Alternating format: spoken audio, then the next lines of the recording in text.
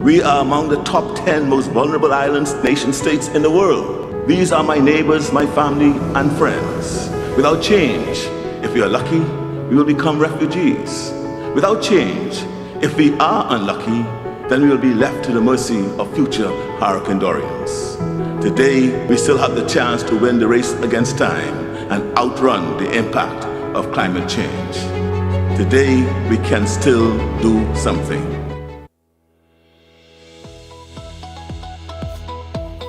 Good morning and welcome to Day 2 of Climate Conversations. I'm Arabina Apia and we are again coming to you live from the beautiful Baha Mar Resort Convention Center, where scores of regional heads of state have converged to plan the regional response to the global climate crisis ahead of the 2022 UN Climate Change Conference.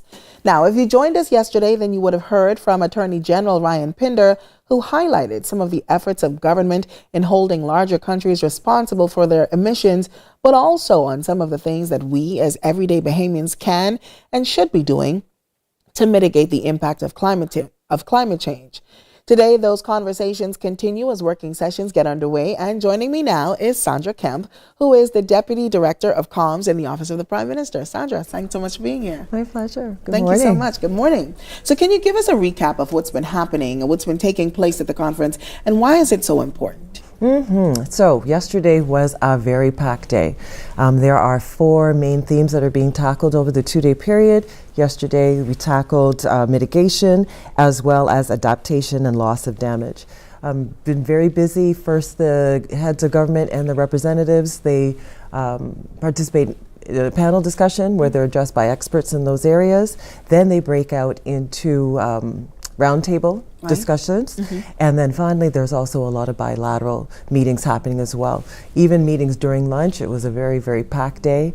So that's what's happening. Now, why it's important, the government, of course, is very focused on addressing cost of living and crime, but climate change for the Bahamas, it's imperative that it's something that we address now.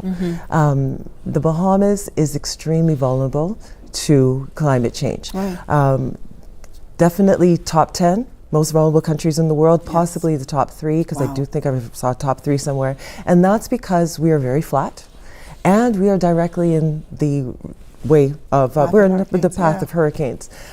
So the intensity, the change in intensity of hurricanes as well as their frequency, it is directly related to climate change. So it is something that for the Bahamas and for the rest of the Caribbean, we need to have a strong unified voice internationally so that we can, one, work on climate change as a region, but then also demand climate action from international partners. So can you give us an idea of what some of the takeaways from yesterday's sessions would be? So this session is sponsored by the UNFCCC. So it follows UN rules, which means that the sessions themselves are closed.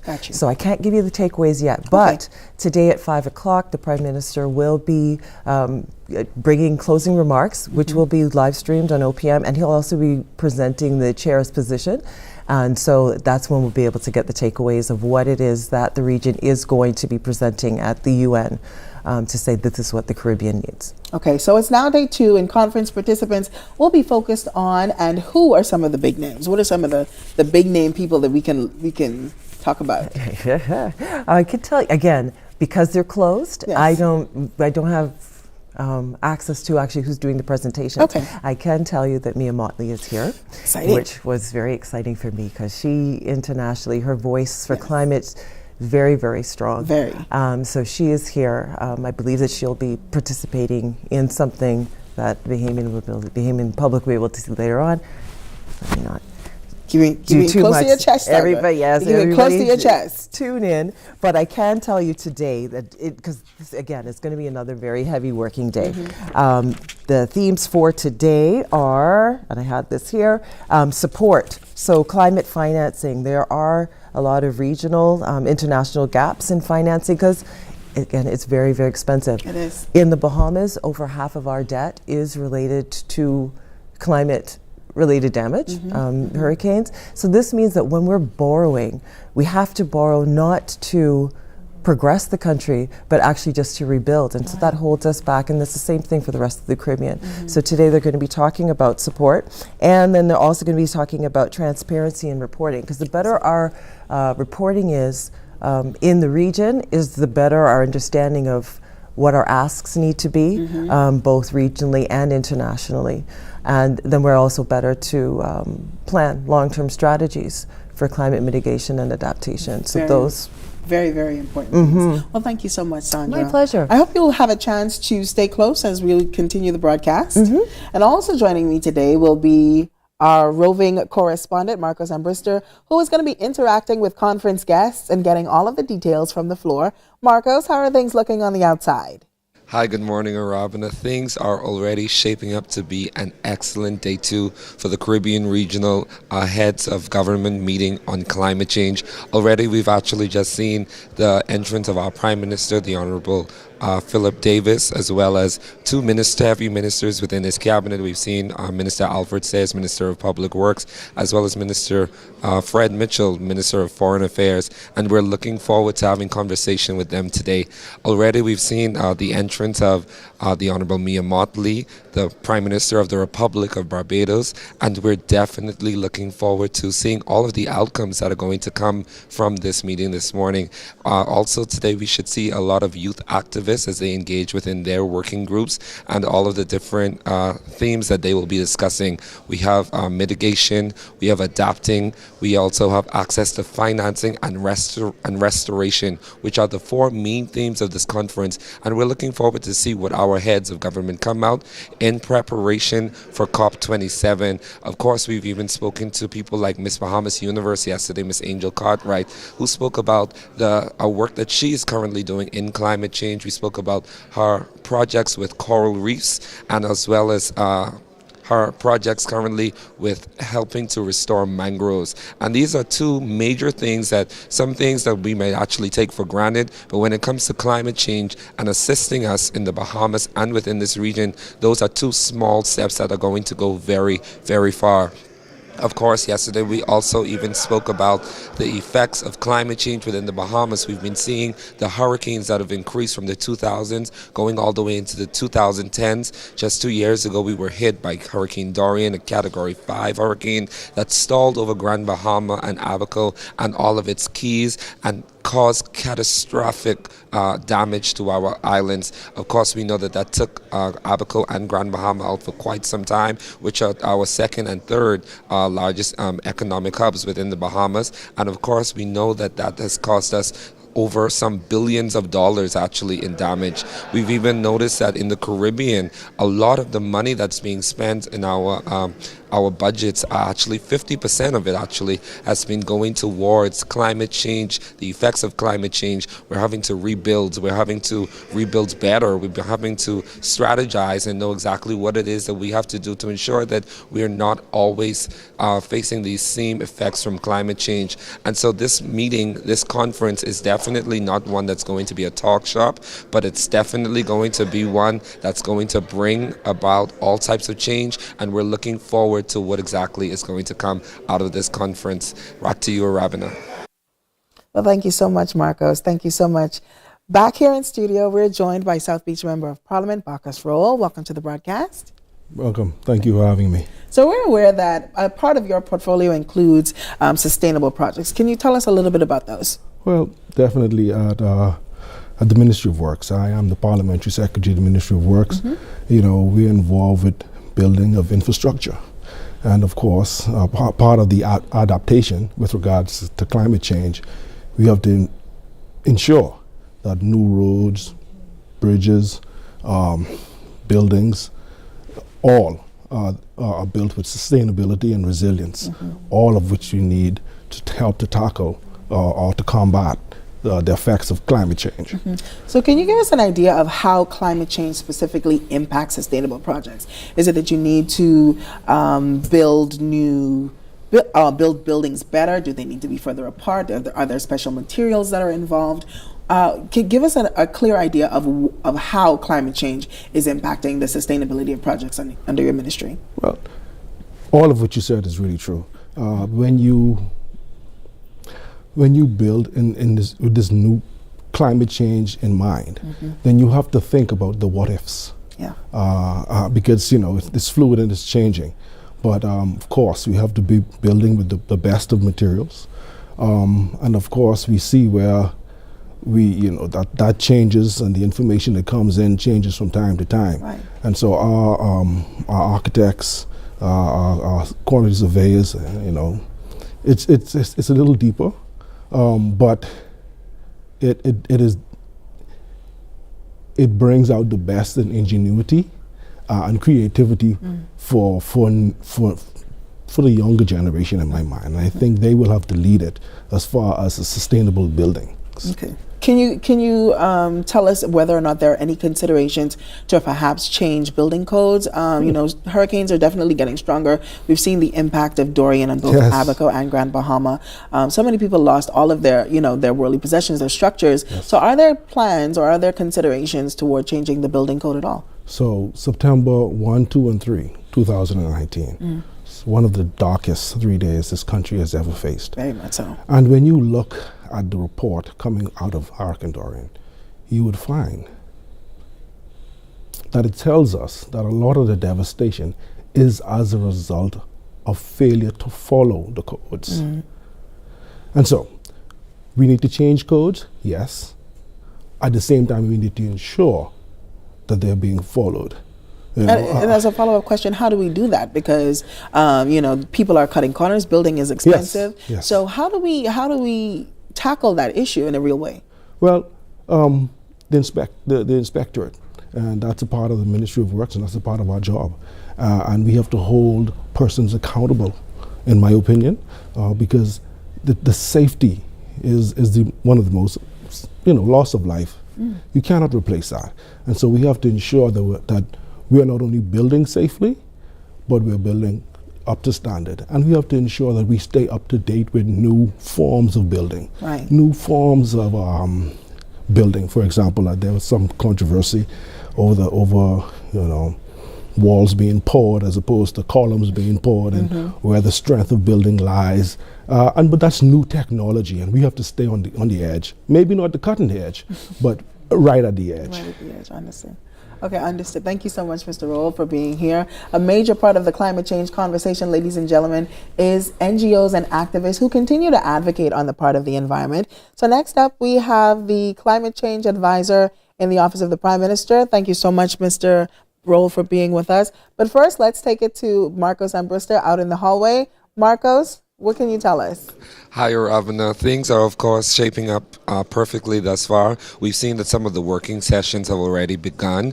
We've seen the entrance of a lot more of our ministers within the cabinet. We've also seen some of the activists that are already working and lobbying here. And, of course, one of the major things that I'm looking forward to seeing this morning and this afternoon is exactly the inclusion of youth in the decision-making process. Of course, lots of times in situations like these, we have a lot of the heads of government meetings, and we see them creating decisions, making decisions. But one thing that's different this conference is that we're seeing young people involved in decision making, those people that are on the ground. We're seeing NGOs that have the first-hand information, of course, those that are currently doing all of the work. And so that's something that's definitely we're looking forward to seeing, so that we know that when we come out of this and we see results, it will actually be tangible results from people that actually know what they're doing, expertise in these areas. Another thing is we're seeing now with the region is coming together like never before. Of course, we know that there are some scores of CARICOM countries, but of course one of us alone cannot be the champion, and one of us alone making noise for it and lobbying for climate change is not sufficient. But when we come together and represent ourselves as a unified front, that's when we see change. And of course we're able to engage all of our other allies like the United States and all of our other big house countries that are actually able to assist us in this. Of course, carbon credit and carbon emissions has been one of the big conversations yesterday, and so we're also looking to see how we can be repaid for all of the damage that's being caused to our country. Once again, Dorian, Irma, we've seen all of these different hurricanes that have come through and caused catastrophic damage to our country, brought us back in terms of financially. We've seen homes and buildings destroyed, families completely losing loved ones. And so this is definitely one of the things that has to be an outcome for climate change, as well as like Minister of State in the Ministry of Public Works would have said, Minister Bacchus Rolle, like you were speaking, we have excellent building codes. And so now it's all about reinforcement, ensuring that people are actually sticking to the building codes, ensuring that people are ready for hurricanes. Hurricane season began from June 1st. Of course, we would have also experienced a tropical depression, a tropical storm in May that was before the beginning of the hurricane season. And of course, this is something that we've been noticing for quite some years now, that hurricanes are even starting earlier. Hurricanes are starting from May 1st. And so now we're looking at some 7 months, actually, some 7 months now of consistent hurricanes. And so we have to always be ready. Of course, we know that we are expected, the hurricane forecast for this season was that it was going to be an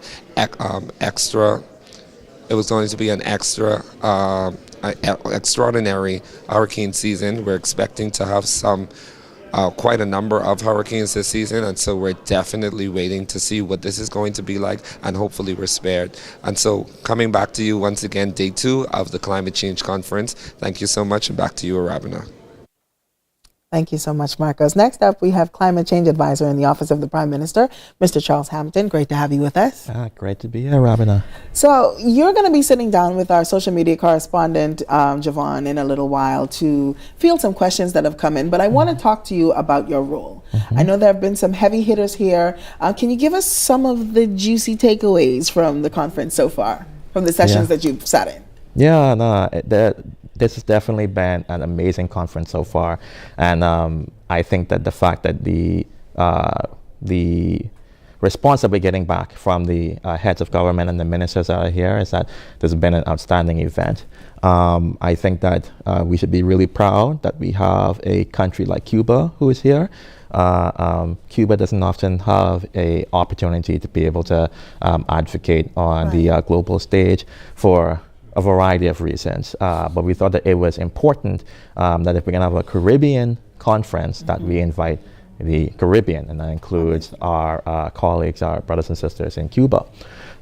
In addition, of course, there was a lot of fanfare with Prime Minister Mia Mottley showing up here as well, and of course has this energy and exuberance and vibrance about her, and the continued amazing ideas of how we can advance on issues of climate justice and being to really be able to rethink how this climate finance space is going to look like.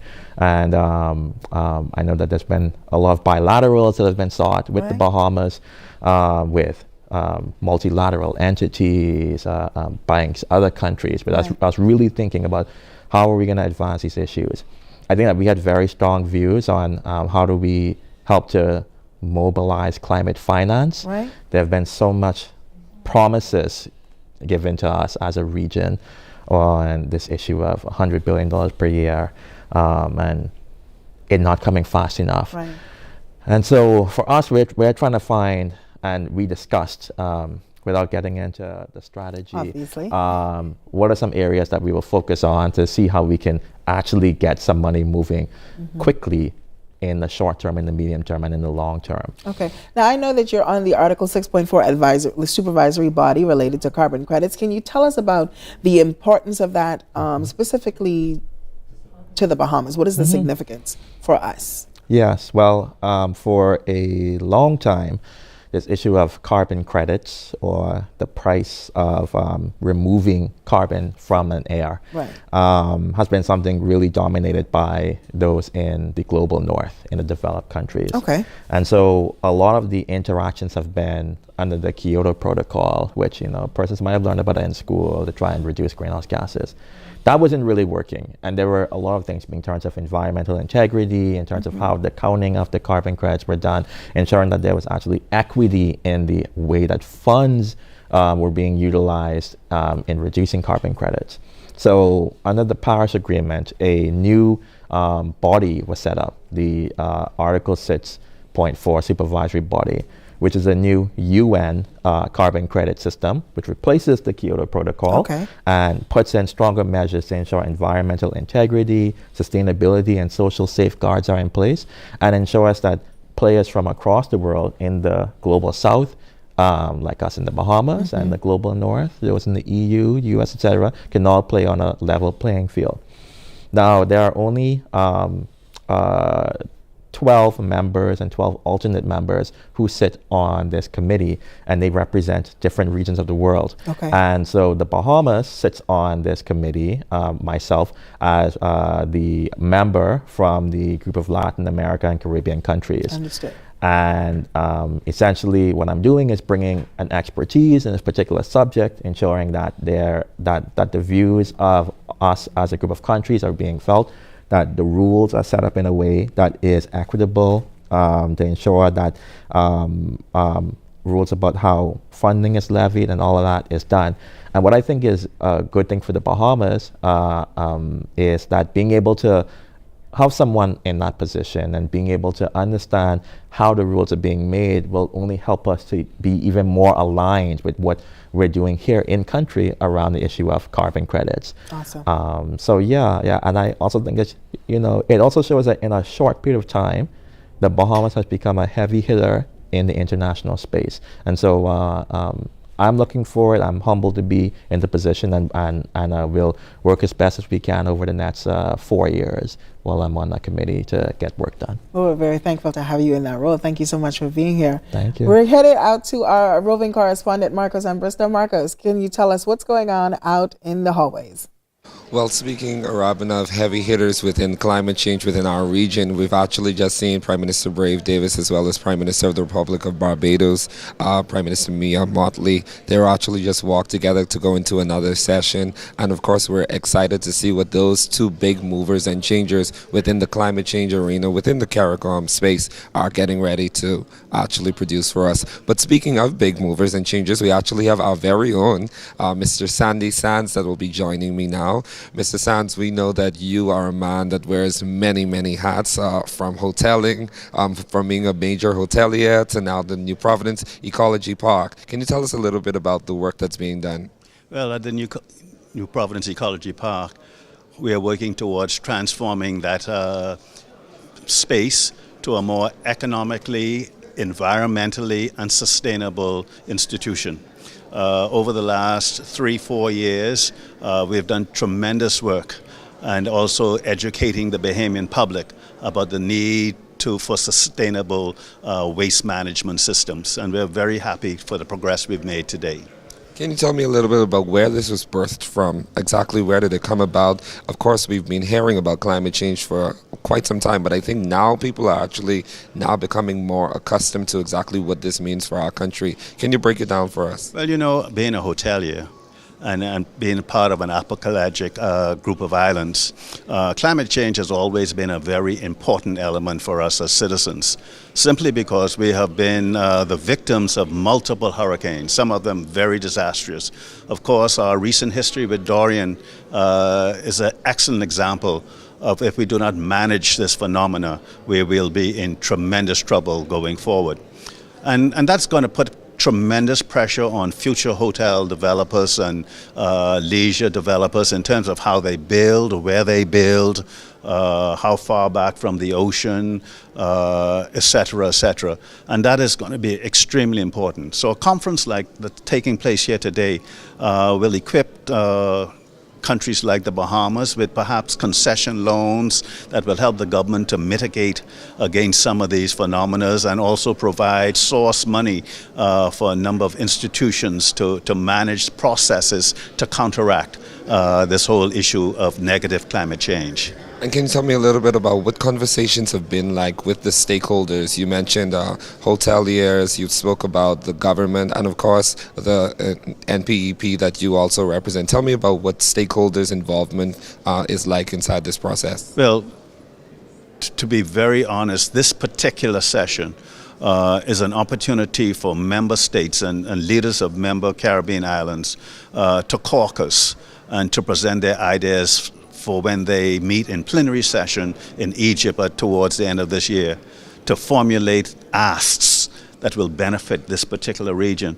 And we are extremely hopeful that they have a unified position in terms of the ask for the Caribbean region to larger states to support our various countries in mitigating and working towards minimizing the impact, negative impacts of climate change on our island economies.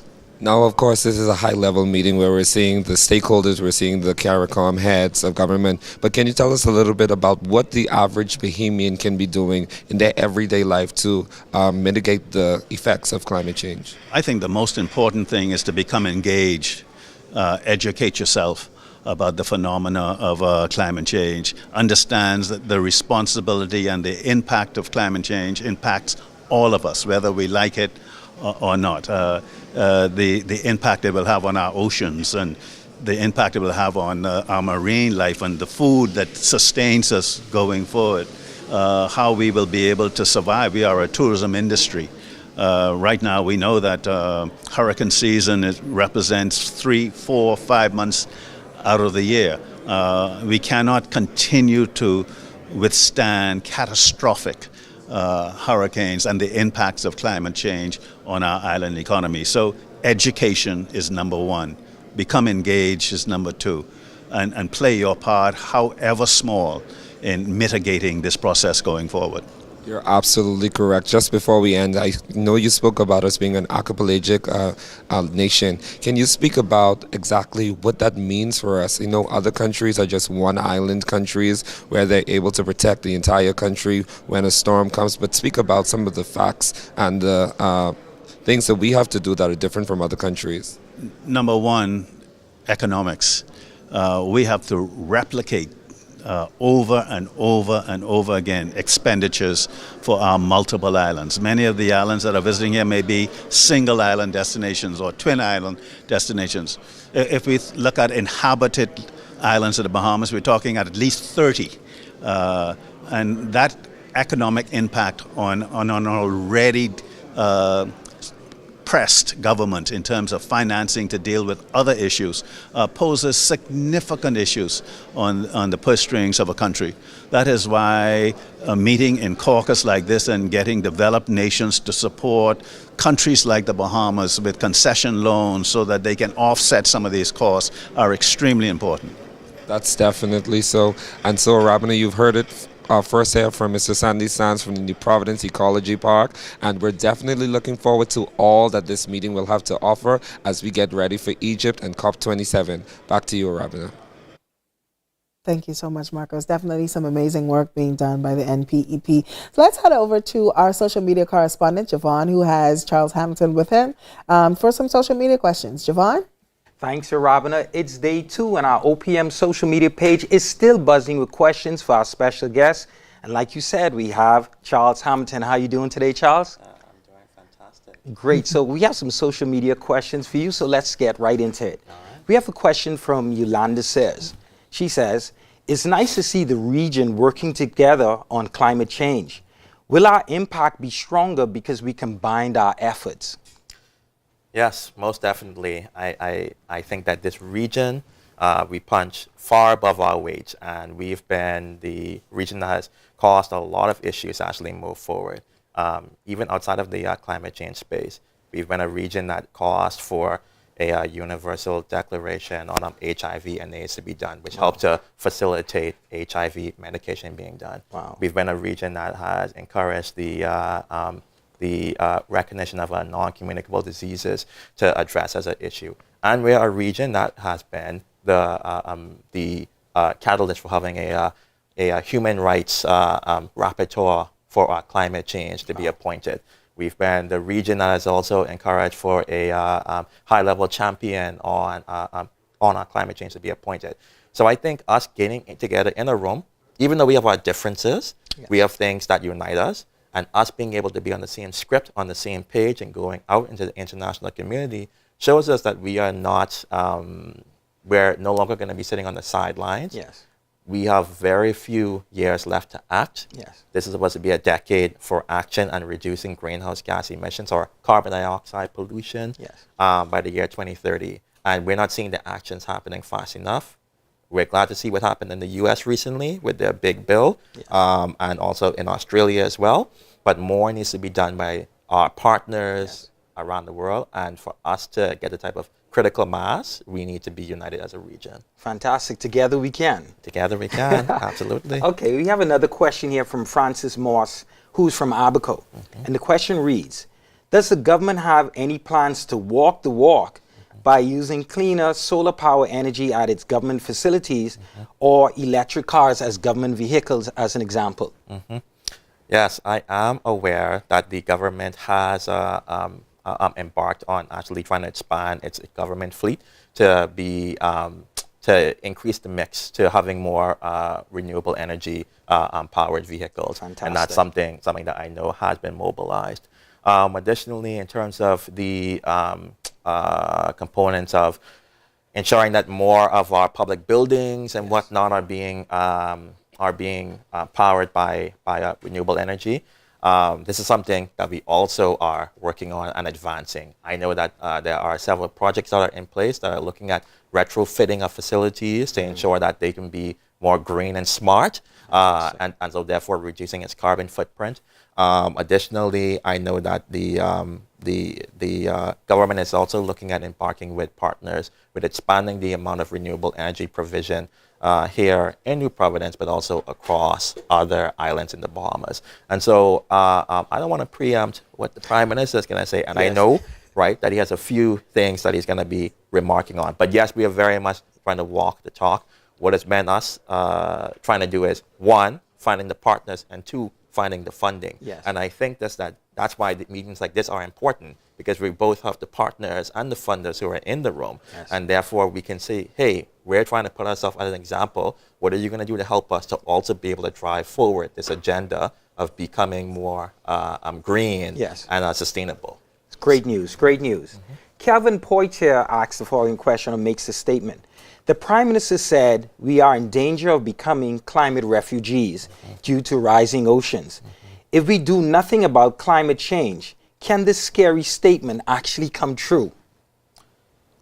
Yes, it's one of those sobering messages that has been echoed, that if we do nothing, that we will become climate refugees.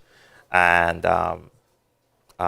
the science has shown even, grimmer projections about the rate and speed at which sea level rise and climate change is occurring. And that's why I think this is the reason how come Caribbean heads are here together, because we've been saying this for over 30 years. Wow. Right? But for those who've been watching the news, you would see that Europe's on fire. Yes. Their infrastructure is melting because of heat. You're seeing the unprecedented flooding happening in South Korea. Yes. You're seeing these forest fires that have been devastating parts of the U.S. Yeah. And I think that they're getting, just like what the PM was saying, our yesterday will be your today. Yes. Right? And people are seeing it a lot faster. And so it's been island nations like the Bahamas and the Caribbean states that have been pushing for temperature increases to stay below 1.5 degrees Celsius. Yes. And we're going to continue that fight. We are trying to refocus what are things that need to be done so that adaptation to climate change can be advanced, and so that people like us in our region don't become climate refugees. But we're also the partners in the room. We're like, you do nothing, we're going to be at your door. So it's in your best interest, it's in our best interest to ensure that this issue gets resolved. Okay. Yeah. And we have one final question for you, and that's from Sherrod Pierre. He says, I think we should start teaching our kids from primary school about this topic. Present and future generations need to know everything about climate change. What do you feel about that statement? Oh man, I definitely think that is so important. One of the things that that the people of the Bahamas need to know, with the government's focus on climate change, we were saying that we need to find opportunities to try and really increase public education and outreach and, around climate change. So one of the first things that has been done is within the UN framework there's something called an ACE focal point, Action for Climate Empowerment and Education. That's been appointed by the Bahamas. Yeah. We've been asked to appoint one of those for a while. And I also think it's so important that we also, find ways to synergize work that's being done in country, like with the Bahamas National Trust, yes. like with BRIEF, like with all of these institutions that really have been, doing a lot of good work in educating. But how do we then manage to scale up this work, right? Yes. There's some good work being done by young marine explorers in this climate change capacity building initiative to teach young people around these different topics around climate change. And so we can't do it by ourselves. We know that partners will be required.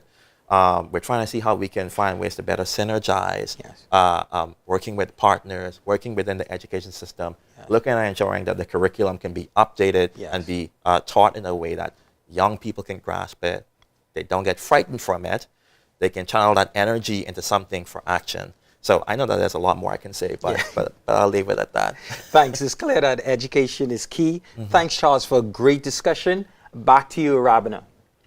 Thank you so much, Siobhan. There's some interesting information indeed. Joining me now in studio is the outgoing Executive Director of the Bahamas National Trust, Mr. Eric Carey. How you doing?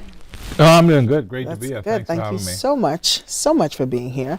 You have a stellar career in preservation, preservation, mm-hmm. advocacy, especially when it comes to environmental issues.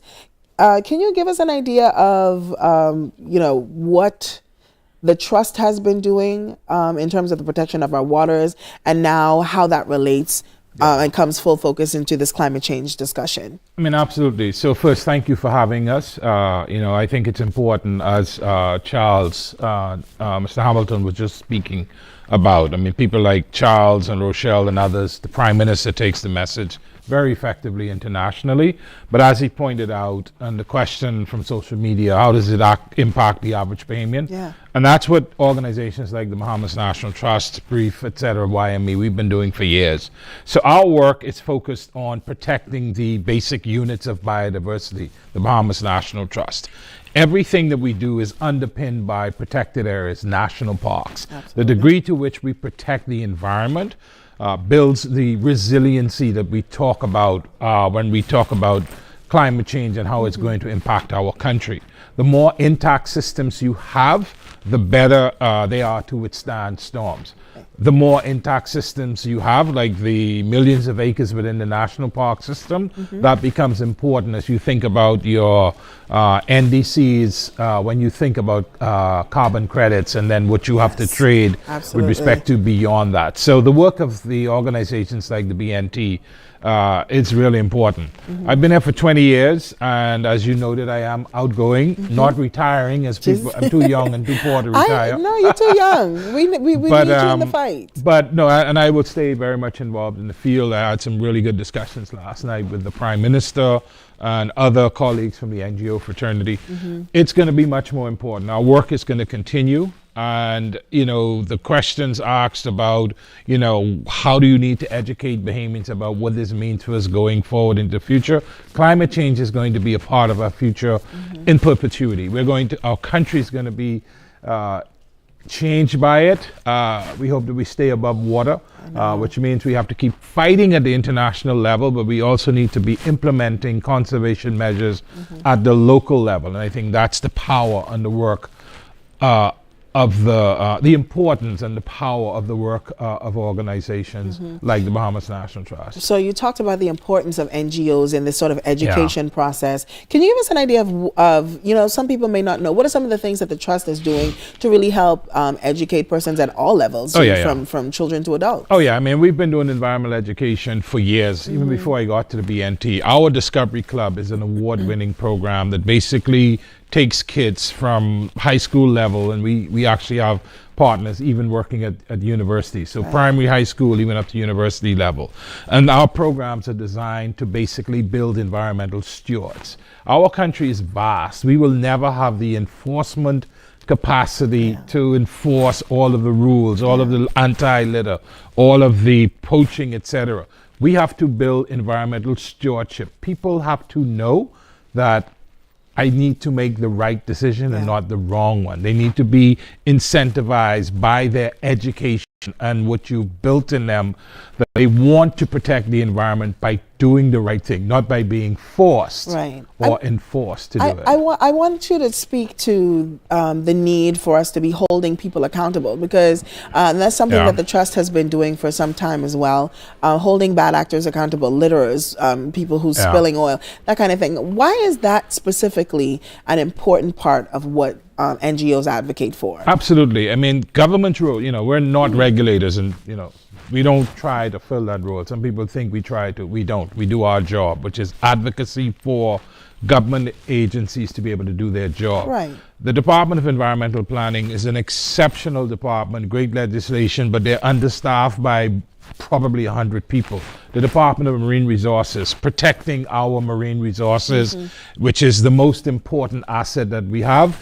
It's the most under-resourced department in the public service when one considers their mandate. So, and I know Minister Clay Sweeting is very much intent on reversing that. I know Minister Miller is very much intent on building that. So enforcement is critical. If people do not feel that while we like environmental stewardship and voluntary compliance, we do need to have enforcement, because if we do not enforce little laws or getting turtles or getting crawfish out of season or undersized conch or destroying habitat, if there are no legal repercussions, then people are going to continue to do it. So we have good legislation, we have good advocacy, we need effective enforcement. People need to know that there are consequences for doing the wrong thing, and the only way they do that is if we have increased enforcement, prosecution, send some people to jail for doing garbage. Absolutely. Thank you very much, Mr. Gray, for your very insightful commentary. Next, up in a few minutes, we have a few young people coming to talk to me. But before we do that, Marcus and Brister, you are in the hallways. Tell us what's happening. Hi, Ravana. As you can see, the hallway is bustling. Everybody is running, scrambling, trying to get to their different meetings. Everybody seems to be so excited about what's happening. I've already seen some of the script writers that are already running around just trying to get all of the meeting notes together. Of course, tomorrow and the end of the day, we're looking forward to those press conferences. And of course, the chair's note that's going to come from our Prime Minister, who is the chair of this meeting, and looking forward to see all of the outcomes that are getting ready to be presented. Of course, later on I'm going to be joined by by some young people that are actually advocates within the region, and I'm looking forward to seeing what it is that they are also producing and the benefits that they have for this conference. Of course, we're speaking with stakeholders. We're looking at heads of government. I've seen Antigua and Barbuda. I've seen Suriname, as well as Trinidad and Tobago. And so these are high-level meetings, but they're also bringing youth activists, people that are working the grounds. And this is looking forward to being definitely a meeting that's never been done before. Of course, the regional front that we're getting ready to present is going to be astronomical. I'm definitely looking forward to all that is about to come out of this. And also, one of the things that we're also seeing here at this meeting is that they're looking at the climate, as we are addressing climate change. We're dealing with the 4 themes that are happening now. We're looking at mitigation to ensure that climate change, the effects of climate change are being mitigated, ensuring that we're not going through these processes every year, as well as adaptability. Of course, we know that we can't really undo what has already been done, but we want to ensure that we're not going to continue in the path that we've been doing. So we're looking to see, as you would have seen, we had some 2-3 years ago, we would have had the banning of one-time use plastics. Those small steps like that, especially when it comes to legislation, will definitely assist us with ensuring that we're adapting and we're mitigating. Of course, access to financing, as you would have heard earlier today from Deputy Director of Communications within the Office of the Prime Minister, Ms. Sandra Kemp. We're looking at access to financing. The UNFCCC is currently hosting a few meetings today. And of course, those are closed sessions, and so we aren't able to find out what exactly is happening just yet in those. mangroves, but it will definitely be done at the end of the day. And lastly, the last thing that they are looking at is restoration. How do we come back after these climate change effects have happened? What do we do after these hurricanes have hit us? What do we do to ensure that these things aren't happening again? So restoration is a big facet of it.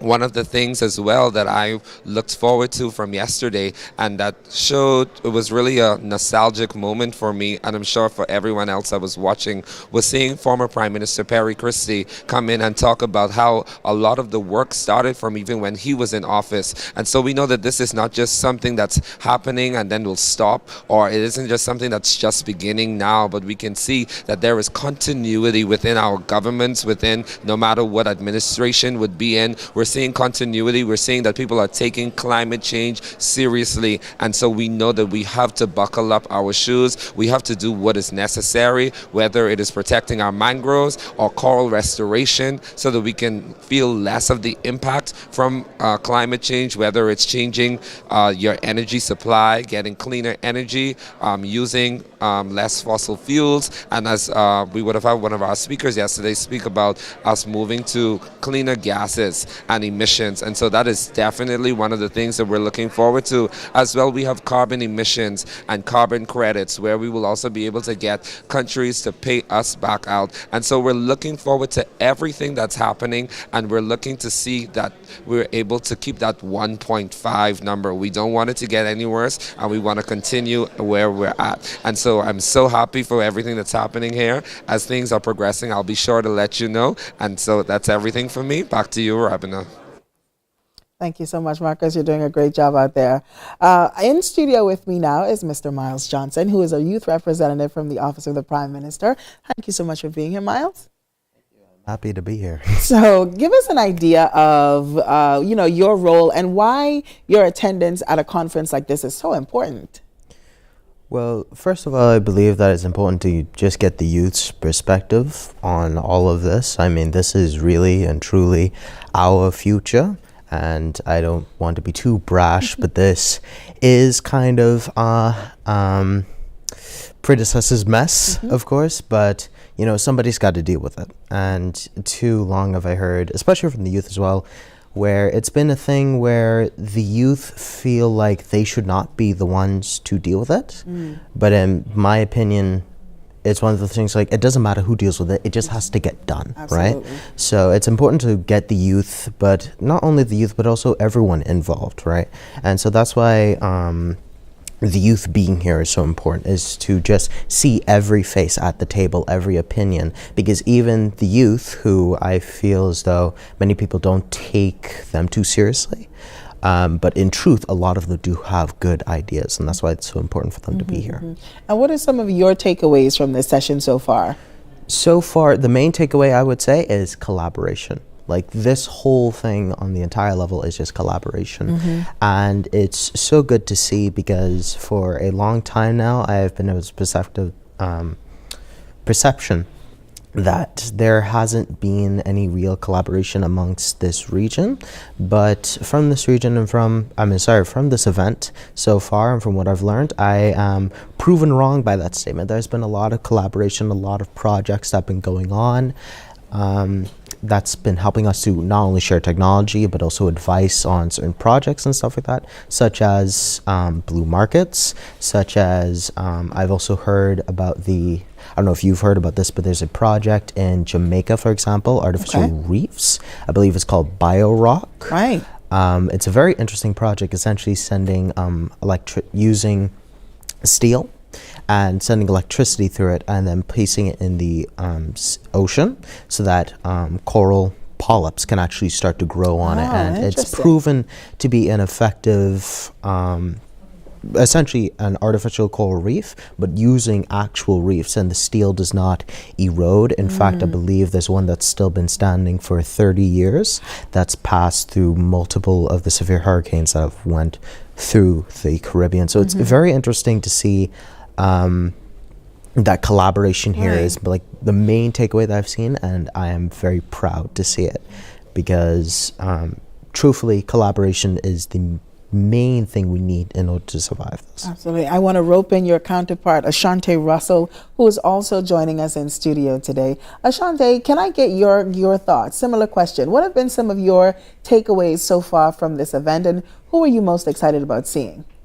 I'd say thus far, one of the major takeaways that I've taken from just being a part of this event has really been seeing how on a multilateral platform we are actually working together within this region. It has been consistently seen that we are really and truly the torchbearers of the climate change crisis. We feel the most, we're impacted the most, and in this way we must advocate the most. And in considering how the youth demographic usually trickles into this process, a lot of individuals usually think we're not as cognitive of what's going on. We are watching, we are waiting, we are truly hoping that there's advocacy being done, but we've accepted the platform that if we don't fight for the inheritance that we are going to be given, we're going to be fighting for the cultures that we will lose. Wow. So in this light, I'd say in working with youth demographics across the world with respect to this year and last year specifically, there is an outcry, there is an issue, and it far exceeds the Caribbean region. And in seeing how prominent and how painful it is, I'd say within these next 8 years in particular that are being organized and orchestrated, if we don't make a comprehensive stand, we really and truly will be in more of an issue than we are in now. You talk about us losing the culture. How important is it? I know you and Miles are both here, but how do you guys reach out to your counterparts, to your youth counterparts? How do you get them involved? And how do you get them to see their role as important in the fight against climate change? I'd say in more recent times, I've noticed that in terms of how to rope in the youth populace, not just within the region, but on a global spectrum, the aspects of education, enlightenment, and believe it or not, emotional intelligence are really three components that really need to be considered. And the reason I've been looking more towards emotional intelligence as opposed to the other two components, though we know education is important, and with respects to my personal development, it's always been something that I've been exposed to. Very young, I've been involved with and basically introduced to different agencies and school projects that have allowed me to not only be molded in a way that gears more towards environmentalism and conservation research, but the emotional aspect of it. The climate change crisis is, for lack of a better word, grim. And being a young person and being told that this is the world that you will grow up in, seeing that we are literally fighting for it, it actually takes the toll and takes the perspective if we are fighting for a globe that is really and truly in danger. Wow. And it's a long-standing battle. What exactly is it that we will actually have to inherit within the next 10 to 20 years? So this next question is for both of you. You can take turns. I know that both of you are headed to COP-27. How excited is that? How excited are you about that? And what are your goals for when you get there? Miles, I guess you can go first. Ooh, let me tell you, I am really excited for this event. This is honestly the first time I'm doing something like this. But just to be there and to see what goes on inside those rooms is really exciting for me. What I hope to be accomplished when we get there is to allow our voices to be properly heard, that our policies get across, and that the more developed nations of the world actually see our point of view, because like was stated yesterday, Europe is now in flames. They do not have the proper infrastructure to handle those things. I was hearing on the news earlier yesterday that apparently the Rhine River in Germany has started to dry up. It is a very serious thing. So I hope that when we come there in a more united front, that our policies and our voice really gets across more effectively. Ashante, some question. I'd say one of the major things I'm really looking forward to with going to the COP convention this year would really and truly be just being heard. And the reason I say that is because with reference to COP26, there was this consensus among the youth demographic. It was an outrage and it was an outcry. And really and truly, I feel as though that spilled out of the conference that was held in Milan a few months prior. We didn't feel heard. We advocated, we lobbied, and it wasn't that our presence wasn't acknowledged. it felt as though it was a continual process of acknowledgement. We know there's a problem. We're quite intimately familiar. We're trying to move the spectrum from a specific point of acknowledgement to proactive planning and thinking. We're more interested in hearing policies, solutions, and practices, and not just empty, baseless agreements and consensus among nations. What I'm looking forward to most, as opposed to what came out of these events and what is going to be done in the youth event being held next month, is really and truly a general understanding and more comprehensive commitment that in the next 8 years, our country will still be here. In the next 8 years, we won't be, as was mentioned yesterday, sinking, drowning, and ultimately burning up in the fight that we really and truly didn't majorly contribute to, but are fighting against. That's amazing. Guys, this has been such an epic conversation with you guys. It's really, really interesting perspectives from both of you. Thank you so much for being here. For the next few minutes, we go to our roving correspondent, Marcos Ambrister, who has some updates from the floor. Marcos, what can you tell us? Hi, Ravana. Everything is going smoothly so far out here. We've seen the addition of a few cabinet ministers here at today's conference, and so we're definitely looking forward to see what it is that they have to also contribute to this morning's sessions. Of course, all of our prime ministers and heads of states are currently within their working meetings with the UFCCC, and so we're just waiting to find out what many of those outcomes are going to be and what deliverables are going to be presented to us by our prime minister.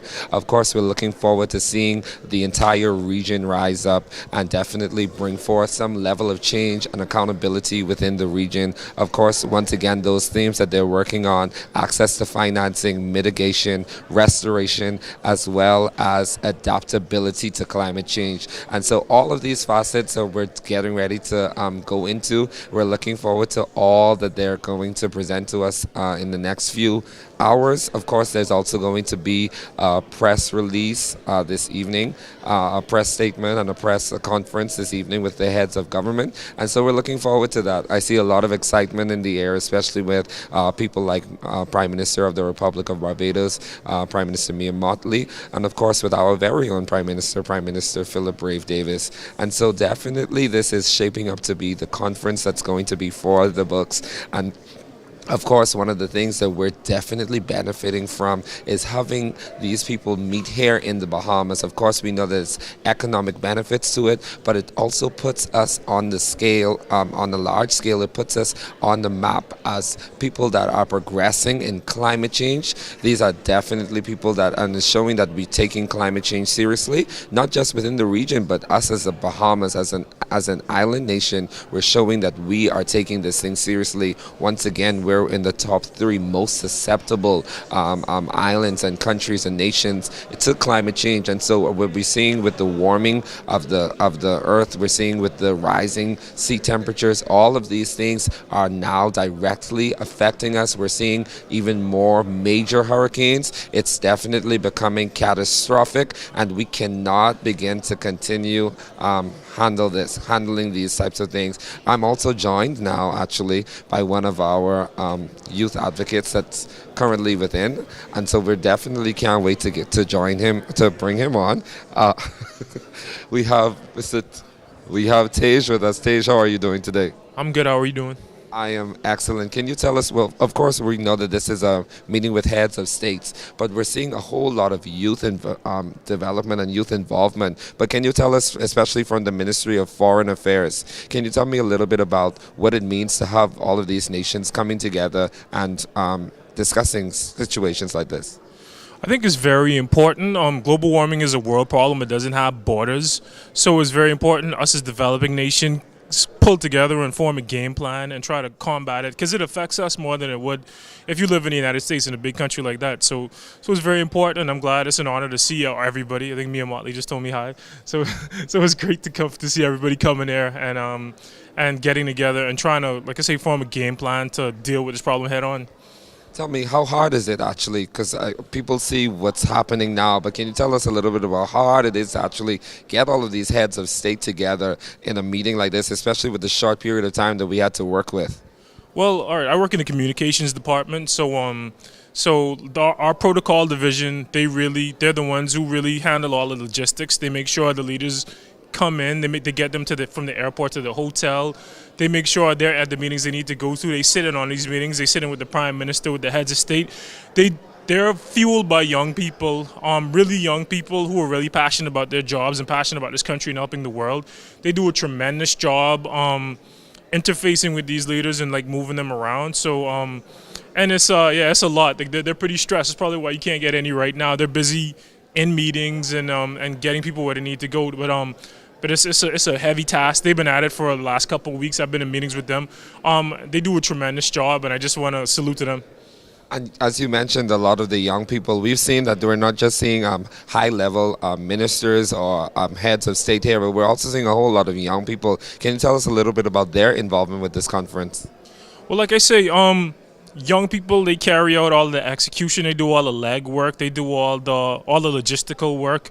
Our ministry is powered by young people. I mean, we have Minister Fred Mitchell, who's an elder statesman in charge, but it's the young people that keep everything moving. They like I say, they do a tremendous job. I watch them day in and day out, and I'm in awe of them. And so they do a great job keeping everything moving. On our side, on the communication side, we're pretty young too. So what we do is we make sure that the Bahamian public knows the work that these amazing people do on behalf of the Bahamian people, on their behalf. So that's what we do. Definitely, and we know that communications is one of the most vital departments within any ministry and organization. Can you give us just a little bit of the inside workings that happen on a day-to-day basis within any communications department? Well, what we do, we issue directives. I guess we publicize directives sent from our minister, and then it's a lot of monitoring and a lot of not only what our embassies, what our offices are doing around the world, but just global events and trying to figure out what statement we're going to put out. But most of that stuff comes from the minister. But our main objective, our main directive is just understanding what our mission is abroad and what our mission is at home, and making sure that the Bahamian public is aware of it, and making sure, like I said, that we're working on their behalf. There's a lot of things I didn't even know happened in the ministry until I got there. So that's the main thing. I just want to break it down in as clear terms as possible, what we're doing, that we are working on behalf of the Bahamian people, that we are trying to do right by them, and we're doing the best that we can. And that's the Deputy Director of Communications within the Ministry of Foreign Affairs. Today is definitely going to be an excellent day, and we cannot wait for everything that is to come for the rest of the evening. Back to you, Rabina. Thank you so much, Marcos. So in studio with me now is Tyrone Clinton, who is the founder of FEM STEM. Tyrone, give me an idea, for people who don't know, who may not be aware, give us an idea what FEM STEM is and why is it so important that you are a part of this conference, and that the work that you do with young women is so important. All right, thank you so much for that question. So FEM STEM Bahamas is a youth-based nonprofit organization whose mission is to empower, equip, and educate high school girls in the areas of science, technology, engineering, and math. Mm-hmm. Why is it so important? Representation matters. It's great for not just myself, but young people in this space to understand that we fit in every capacity as it relates to climate change, the environment, and they all correlate. Science correlate, technology, engineering, and math all correlate with this very important topic. So what have been your interactions with persons here, with other young people? What has that been like, really being able to talk to, collaborate with persons in this space? Well, I actually participated and was in attendance of the youth climate change conference that happened at the University of the Bahamas. And it was great that we were able to hear the questions that the young people had for those in attendance, that they were able to make their concerns and voices heard, and that they are actually involved and interested as it relates to the environment and climate change. And what were some of those concerns that you heard? So some of the questions that were asked is, why is it not taught in our school system? How can we be better prepared? How can we become involved? And some questions related specifically to the coral reef issue that we currently face, and different solutions that they thought of to actually address this issue. So yeah, those were some of the comments and questions that were asked. You talked about that feeling of pride to see young people involved. Can you speak to why even more work needs to be done to make sure that young people are not only aware but engaged? Well, first of all, the environment is all around us. It's important that they are aware, because at the end of the day, we have to continue on having specialists in the field to be able to address these issues as it relates to climate change. They are impacted. So as you know, with Hurricane Dorian, a lot of young people were also impacted by that disaster. And it's important for them to know how they can help mitigate this issue. It's also, for me, important for continuous development and development of skills in the industry so that we can solve these problems as it relates to climate change in our country. You talk about the need to always have experts in that field. So training, education, obviously very important. How does the work that you do, prepare young women specifically to become leaders in this space? Well, like I said, it's science, technology, engineering, and math, and science is all encompassing within itself. So we need people who are in environmental science and those particular areas, but particularly when I was involved in after the Hurricane Dorian event, we saw that there are people in technology, so they use drones to locate people. We had to have a lot of outside of support to be able to utilize a lot of things or skills that we would have been required. Disaster recovery is very important as well. So even though I'm in technology, we still were very heavily involved because the data or anything relative to technology, we had to be in place to be able to resolve those issues. So our organization prepares our young women for those careers to be able to help to facilitate those needs when a disaster strikes. And what are some of the other careers that young women may have access to through a program like FEM STEM? So we have, like I said, environmental science, we have engineering, we have 3D modeling and prototyping, we have programming. Specifically, we have a number of other topics that we try to incorporate, like soft skills like project management and curriculum development and writing, and all of that is important because even if you are a specialist in the field, you must be able, to articulate what it is that you are actually doing. So all of those skills we try to encompass as a part of our program.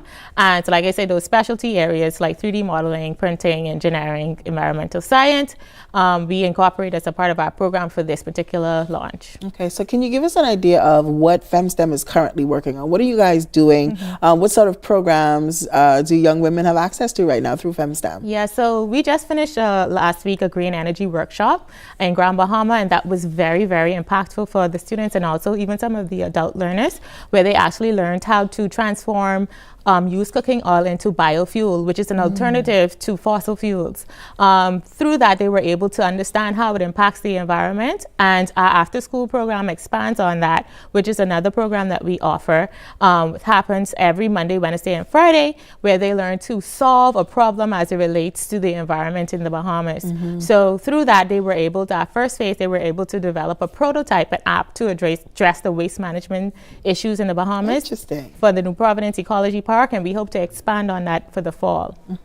The Green Energy Workshop on Grand Bahama, can you give us a little more detail about that? We talked about turning cooking oil into biodiesel. How do we then use a product like biodiesel to replace what we do with fossil fuels? Well, interestingly enough, there's a place called Bahamas Sustainable Fuels, which is a part of Bahamas Waste, and they currently use biofuel mixed obviously with fossil fuels at that location in the garbage truck, that they actually use. So it can be used to, first of all, like I said, replace or reduce the usage of fossil fuels. And once we are actually continuously exposed to these opportunities, then hopefully the general public will be able to be aware of these options and to reduce our carbon footprint as well in the country. And is biodiesel available for members of the public? If I said I want to use biodiesel to, I don't know, run my vehicle, maybe? Yeah. Am I able to do that? You can use it in generators as well. Okay, so if hurricane season is approaching and I wanted to use biodiesel in my generator to keep my lights on, or I wanted to use it in my vehicle, how do I go about doing that? Like I said, Bahamas Sustainable Fuels, they are available. They do have access to it. I think now the demand, if it's promoted even more, the demand will probably get higher. But for now, I know that is an option that is available for the general public. Unfortunately, I don't know of any other organizations or companies that produce it locally. I do know Cape Eleuthera actually run their operations off of that as well. Nice. Okay. So yeah. Okay. And in terms of what we as Joe Public should be doing? You've talked a lot about finding alternatives. You've talked a lot about education. What should we be doing as Joe Public to aid and mitigate against the impact of climate change? Well, it starts at our homes. I know as a part of our waste management course, we realized that a lot of waste, plastic waste, electronic waste, all of these wastes that we may not consider as problematic is problematic. So if there's ways we could think of to reuse them, reduce them, and recycle them, then obviously we could help to lessen the carbon footprint and the greenhouse gas emissions that actually comes from the landfill because of us. So we could start there. We can start by being aware of how we are contributing negatively to our environment. And unfortunately, we know the Bahamas is a small nation, population size. So there is only so much that we are contributing as to compare with our neighbors.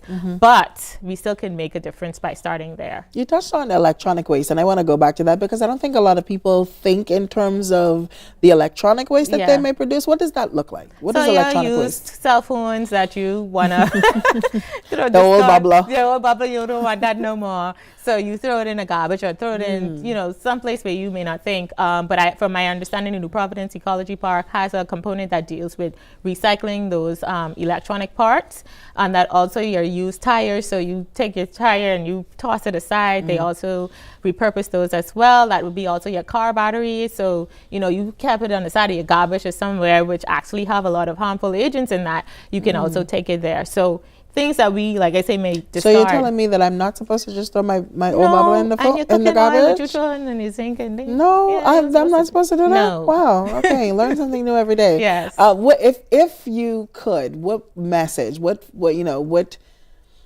would you tell Joe Public, people who are watching, people who are listening, people who are aware of the need to start doing something, but they're unsure where to begin? What would you say? Start small. I would say start small. For me, I'm in technology, so it wasn't a factor to me until I see it and experience it. So start small. Like I said, you can segregate your plastic waste. You could take them. You could take it to the New Providence Ecology Park, have them discard of it properly. You could separate items that you may have taken for granted, meaning like your old trees or whatever like that. You could use it as mulch, repurpose it that way, and become more educated. And you could go to different resources. You could go to BAIC, you could go to Ministry of Agriculture to find out how you can do that.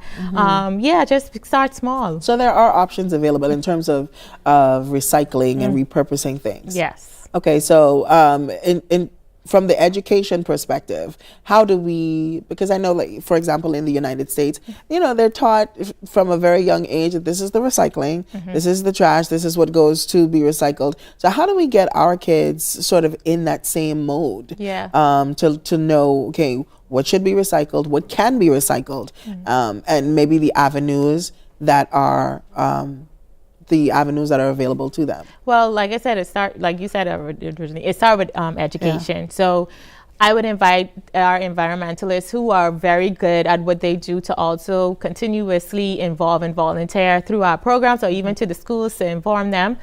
Obviously, some policy level have to be involved. Obviously. So, implementing policies that requires us to separate our waste. Sometimes, you have to put the strong arm on people in order for it to get done. True. And obviously, I believe kids learn well by practicing and through projects. So make it a fun project. And I would encourage teachers and school principals to actually implement some either activity or program to involve and invite them to do that. Excellent. Thank you so much, Thank Ms. you, too. Clinton. Really appreciate you being Thank here. you. We're going back to our roving correspondent, Marcus Ambristo. Marcus, who do you have with you? Thank you, Robin. That was definitely such an informational session. Now I am joined here this morning by none other than the press secretary from the Office of the Prime Minister, none other than Mr. Clint Watson himself. How are you, Mr. Watson? Well, thank you. And how are you doing this morning? I'm doing excellent. So good to have you. Always great to have you. Can you tell us a little bit about this conference, the makings of this conference? What exactly is going into it? Well, sure, definitely. It's going to heighten the Bahamas' position globally as a world leader in the climate change fight. Prime Minister Davis has been adamant wherever he goes throughout the world that we have to give concerted effort and attention to the fight against climate change. The Bahamas is listed as one of the top countries in the world most vulnerable by the effects of climate change. And quite simply, what that means, let me break it down, is for us as a people, in a matter of years, if we don't take some action in the Bahamas, because of our susceptibility to climate change with our coastal lines, our sea level rising, our environments, the Bahamas could literally no longer be on the map. And that's a frightening scenario as a Bahamian, that your country could possibly be gone because of the devastation of climate change. We understood in the past that hurricanes were dangerous, but Hurricane Dorian brought a new definition to that. We see how it's not only dangerous, but it's deadly. And we have to fight, because these storms are getting more dangerous, they're getting stronger, they're becoming more ferocious, and it's nothing we can do about it. It's because of the depletion of what's happening into our environments. We don't contribute to the depletion of our environment in the Bahamas. We don't have all these emissions, but the world does, and it's impacting us. And so what we are trying to do is get financial reparation for what we are facing, so that we can put in place the necessity things that we need to be able to fight climate change. Furthermore, our debt is where it is, not because of any untoward thing that administrations have done, but because of the billions of dollars that happens through these storms that continue to make it difficult for our debt to continue to be intact, and it rises and it rises and it rises. Add to that the fact that the Bahamas' per capita GDP, we're considered too high. We're considered the rich country because of some of the people that live here. And so we don't qualify for the funding that other Caribbean countries in our region qualify for. And so it makes it difficult to get funding. So what we're doing as a leader in climate change is bringing together the region and saying, let's discuss what are our issues, discuss what do we want for our issues, so that when we go to COP-27 in Egypt, we all speak with one voice.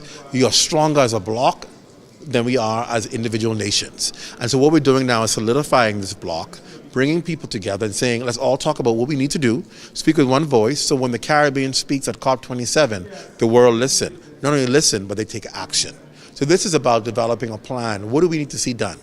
What do we need? What funding do we need? How do we access it? So that we all have all of our ducks in a row, that when we go to the world, we know what we want, we know how we should be getting it, and we know how it can help and what it can do for our country. So that's what this conference really does. It's bringing together the players, the heads of governments, their technical staff, and talking about what do we all need to do as a region, and what is a message we need to be sending, so that we leave out of here this week with one voice, one message, and it brings us that much closer to getting access to the billions and trillions of dollars, I should say, in funding that countries have said they will put aside for climate change.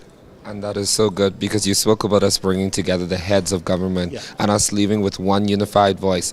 And just before we finish, I just want to know now, how do we engage our other partners, our allies, our neighbors to the north, those that can actually speak on behalf of us? What's the next steps? Well, the good thing is we're now seeing these countries who've been pledging all along, and we're saying we're tired of pledges, we're tired of talk. We're now seeing some action. Australia did it, the United States did it. They're now put in place legislation, which says that we are now going to be binded by law to take action. That's a good thing, because that means it's now in a law that you must do this, you must do that. So that's a good first step going into COP27. The next move will be obviously to explain the seriousness of acting now. Countries feel that they can say we make these pledges and not make good on it and everything will be fine. But you're now saying because of Dorian, the time is against us. We're now introducing a new element to this whole equation called time. And that is, we can't wait for another conference for you to say we're going to pledge. You have to act now, because we're in the hurricane season now. And before this season is over, Lord forbid, we could be facing another deadly storm. So time is a new element that we're introducing into this equation that says you must now act. And you must now begin to put action and not just make pledges. We don't have the time we had before. It's impacting us now. We're seeing the adverse effects of it now. Therefore, we need funding to fight it now. And so there you have it from our press secretary out of the office of the Prime Minister, Mr. Clint Watson. Time is of the essence. We need urgency. We need things to happen now. And the first point that he made, we have to act as a unified voice and provide a unified front when we reach to COP-27. That's it for us now. Back to you, Rabina. Thank you so much, Marcos. Time is indeed of the essence. In studio now with me is Mr. Conrad Hunt, who is the ambassador and deputy chair of AOSIS. Now, Mr. Hunt, tell us, for those of us who may not know, what is AOSIS, and give us an overview of your role. Okay. Thanks for having me here. First of all, AOSIS is the Alliance of Small Island Developing States. It's a negotiating bloc within the climate space which negotiate on behalf of 39 countries. Of course, there are countries of the Caribbean, which is CARICOM, and then there's Asia, Pacific, South China Sea, and also the Pacific Islands. So we are 39 in number to that group, actually. Okay, so Mr. Hunt, we've heard a lot about how small island developing states remain vulnerable, the most vulnerable to the impact of climate change. How important, in your view, how important is a conference like this, the gathering of heads of government and organizations like yours, to plot a way forward? Well, for us as small island developing state, the science is already there. The IPCC reports clearly states that we are the most vulnerable, small island developing states. But it's for our developed partners and the international community to act on this.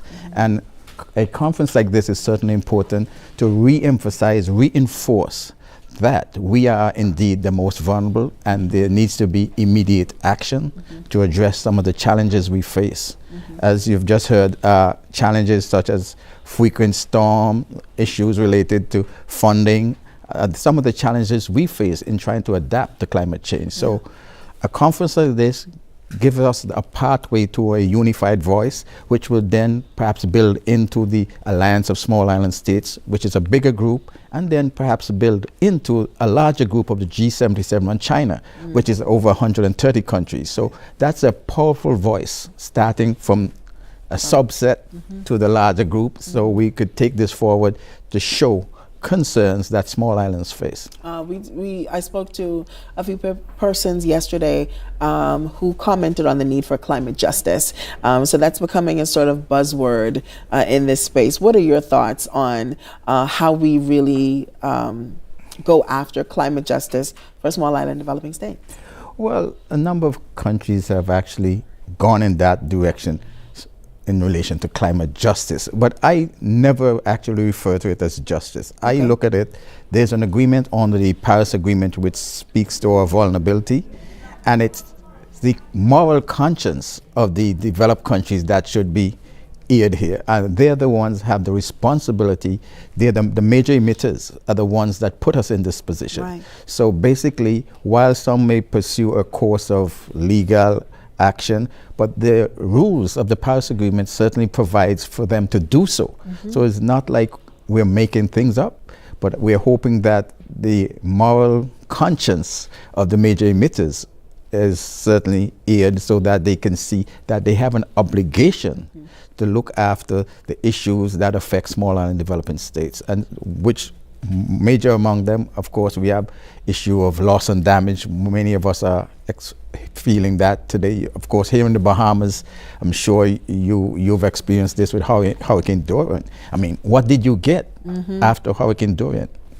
So issues such as loss and damage are some of the issues that we need to address in that space of climate, and also under the Paris Agreement, because certainly the science has proven that we are the most vulnerable, and this is an issue that needs to be dealt with. Let's talk about loss and damage, because you referred to Hurricane Dorian, which cost maybe $4.3 billion worth of damage, and that was just two islands in the Bahamas, Abaco and Grand Bahama. So when we are looking in terms of funding and access to funding, why is that? I mean, obviously it's very important, but how do you navigate that? How do you negotiate from a place of strength, in your organization? Well, the reality is, some countries like Bahamas and others who are high income countries, tend not to qualify for most of these grants or grants that are available in times of emergency. And that's why it is important that we have a special arrangement for issues related to loss and damages in terms of grant, concessional funding for small island developing states. One of the things we've always said is that when it comes to climate finance, it's totally different to humanitarian finance, which you get after a storm, or development finance. It should not be commingled. And a lot of times what we have is a commingling of these two types of assistance. Climate finance speaks purely to new and additional funding to address the challenges of climate change. And that's what we are seeking to get. Of course, we know after hurricane, we have the different UN agency will come in with the smallest amount, but that doesn't help. And we are looking for more concrete issues that we can have readily available right after an aftermath, loss and damage. Of course, you just lost a few homes, but it could have been worse. We have places in the Pacific where they're losing their ancestral right. Burying grounds are being totally washed away. I mean, your ancestry is being lost. And that is why we need some things like a loss and damage facility to address some of these challenges, because in some countries, even worse, are in worse position than us in the Caribbean. They may even lose their country. They're looking at space after sea level rise. Where do they go? So these are some of the economic factors and non-economic factors we have to take into consideration. That's why, as small island developing states, we are calling for an agenda item to address loss and damage in that space at COP-27. Absolutely. My final question for you is, what are you most hopeful to see come out of this conference? This conference in the Bahamas? Well, I'm hoping that our leaders send a clear message that it's time for action. Action on addressing issue of loss and damage. Action on addressing things such as access to finance, of course. And of course, action by the major emitters to keep 1.5 alive. So I hope our leaders here today do that. Thank you so much, Mr. Hunt, for being here. You're welcome. We're going back to our roving correspondent, Marcos Ambrister, in the hallways. Tell us what's happening. Thank you so much, Arabino. Well, as you would have seen, we have so many high-profile guests here in the Bahamas. We have prime ministers, heads of states. We have ministers from cabinets around the region. And, of course, we have some of the United Nations officials and different organizations. And so, of course, you know that this requires a heavy policing, of course, at this time. And so coming now to join me is none other than Assistant Commissioner of Police, Ken Stern. How are you doing today, sir? Marcos, I'm very good, thanks. What about yourself? I'm doing excellent. Always good when the police is with me and I'm not in trouble. Can you tell us? Check to make sure that is clean record, I assure you. Congratulations. Can you tell us a little bit about some of the work that's going into ensuring that this conference is police is, of course, armed. We want to ensure we have high-profile guests from across the region. We do not want to have an embarrassment. Can you tell us about the work that's being done that we can see, as well as those that are being done behind the scenes? Marcos, first of all, let me offer gratitude to all of our partners in law enforcement. And being very specific, the police was not able to pull this event off by itself. So we collaborated with the Royal Bahamas Defense Force, the Bahamas Department of Correction, and certainly the Airport Authority, Bahamas Customs, Bahamas Immigration, Ministry of Works. Notice how many agencies so far that has been involved and engaged for this particular event. So suffice it to say, our numbers are somewhere around 400 to 450 persons engaged. It's a 24-hour operation which began more than 72 hours prior to this event. It involves both physical resources as well as technical aids to pay attention to these types of security. NAD, the Airport Authority, firstly had to be engaged as our visitors and delegates were arriving through that facility. And for those prime ministers, there was an offering of an honor guard. Thanks to the men and women of the Royal Bahamas Police and Defense Force, an honor guard was present and received the prime ministers. In addition, one of the treats yesterday was Prime Minister Motley when she came in and had an opportunity to inspect the honor guard. And that was a happy moment for many who were there. Saw a number of persons gathered. And then there's the testing by Ministry of Health. So this conference was such that everyone who was participating, yourself included, had to present a negative antigen test. And so that involved the engagement of the Public Hospital Authority, Ministry of Health, to carry out those testings. And so once those negatives came back, Bahamas Information Services had to kick in and present and prepare badges for everyone. Those badges, having been prepared, allowed for participants to be able to travel within this bubble. So here at Baha Mar, we, through the cooperation and the communications with the Office of the Prime Minister in Baha Mar, this area had to be checked and contained to support this level of a delegation that is currently on property. So you would, as you walk through, you would have noticed some of the restricted areas and some of the coming into and security checks that was involved. That is something that did not just start at 9 a.m. in the morning. So our officers were engaged in conducting various activities from 5 a.m. each morning, and that is with the arena, the accommodations, and here, and to provide a 24-hour coverage on everything, including the vehicle that the individuals are being transported in. So once we are here, certainly there are various areas that persons who are not invited to be, we have to ensure that those are contained and security is maintained. And so I can say thank you to everyone concerned, yourself and others, because we spoke to the issue during our briefings. And so every agency, entity that is engaged, even your company, had to comply with what was put in place from a security component to make sure that at the end of the day, we are collectively able to present a product and a space that is both comfortable, enjoyable, and safe for these discussions to take place in. So thus far, the reports have been favorable on each occasion. Our Prime Minister seemed extremely excited. No adverse comments have been offered by our visiting guests, and so we are extremely grateful to this point. And it's not ended as yet, but we remain committed to the task. And that's Assistant Commissioner of Police Ken Strawn. As you can see, this area, I want you to know, is very heavily armed and guarded.